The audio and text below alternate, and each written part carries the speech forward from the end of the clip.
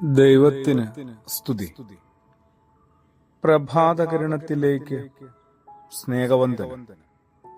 ഭാഗം 1882. ഇന്ന് ഫെബ്രുവരി മാസം 24-ാം തീയതി, 55-ാമത്തെ ദിവസത്തിലെത്തി. കർത്തൃപ്രാർത്ഥനയിലെ ലോർഡ്സ് പ്രേയർ നമ്മുടെ കർത്താവായ ക്രിസ്തുയേശു പഠിപ്പിച്ച പ്രാർത്ഥന. അതിനകത്ത് ഞങ്ങളെ പ്രലോഭനങ്ങളിൽ അകപ്പെടുത്തരുതേ, ഉൾപ്പെടുത്തരുതേ എന്നൊരു യാതനയുണ്ട്. പരീക്ഷകളിലേക്ക് ഞങ്ങളെ പ്രവേശിപ്പിക്കരുത്. അങ്ങനെയൊരു പ്രാർത്ഥന, അങ്ങനെയൊരു ആവശ്യം, അപേക്ഷയായി നമ്മളിങ്ങനെ ദൈവമുമ്പാകെ അർപ്പിക്കുകയാണ്.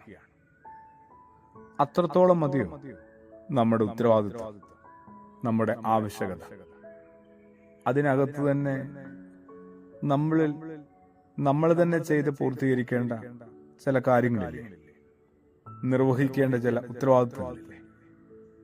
അതെന്താ? ഞങ്ങളെ പ്രലോഭനത്തിൽ ഉൾപ്പെടുത്തരുത്, പരീക്ഷകളിലേക്ക് പ്രവേശിപ്പിക്കരുത്. കുറെ കൂടി ജാഗ്രത പുലർത്തണമെന്ന് തന്നെയാണ്. എന്താണ് ഈ ജാഗ്രത? അത് ഒരു ധ്യാനം തന്നെയാണ്. ആയിരിക്കുന്ന അവസ്ഥയിൽ ശരിയായി വ്യാപരിക്കുന്നതാണ് ധ്യാനം. ഓരോ മനുഷ്യനും ആയിരിക്കുന്ന ഓരോരോ അവസ്ഥകളുണ്ട്. ആ അവസ്ഥയോട് ശരിയായ വിധത്തിൽ പ്രതികരിച്ച് ഇടപെട്ട് മുമ്പോട്ട് പോകുന്നതാണ് ശരിക്കും പറഞ്ഞ ഈ ജാഗ്രത, ധ്യാനം. അതിങ്ങനെ മറ്റുള്ളവരെ പഠിപ്പിച്ചു കൊടുക്കാനായിട്ട്, മറ്റുള്ളവരെ പരിശീലിപ്പിക്കാനായിട്ടൊന്നും അത്രയ്ക്കാവില്ല. ആർക്കും ആരെയും അത് പൂർണ്ണമായി ബോധ്യപ്പെടുത്തി കൊടുക്കാനും പറ്റില്ല. ചെയ്യുന്ന ജോലികളിൽ നിന്ന് അവധിയെടുത്ത് മലമുകളിലോ ഗുഹയ്ക്കുള്ളിലോ ഏകാന്തമായി മാത്രം നടത്തുന്ന പ്രക്രിയയാണ് ധ്യാനമെന്ന് വിശ്വസിക്കുന്നവരാണ് ഇന്ന് ഏറെ ആളുകൾ. ജീവിതവും ധ്യാനവും രണ്ടാണ് കേട്ടോ. ജീവിതത്തെക്കുറിച്ചാണ് ശരിക്കും ധ്യാനിക്കേണ്ടത്. അവനവന്റെ ജീവിതത്തെക്കുറിച്ച്, അവനവന്റെ ഉള്ളിലെ ജീവനെക്കുറിച്ച്, ആ ജീവന്റെ ഉറവിടത്തെക്കുറിച്ച്, ആ ജീവന്റെ ഉടമസ്ഥനെക്കുറിച്ച്.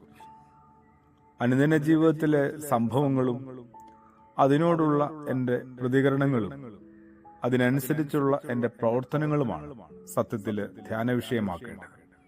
എന്തിനാണ്? തിരുത്തലുകൾ വരുത്താനായിട്ട്, ആവശ്യത്തിന് നവീകരിക്കാനായിട്ട്.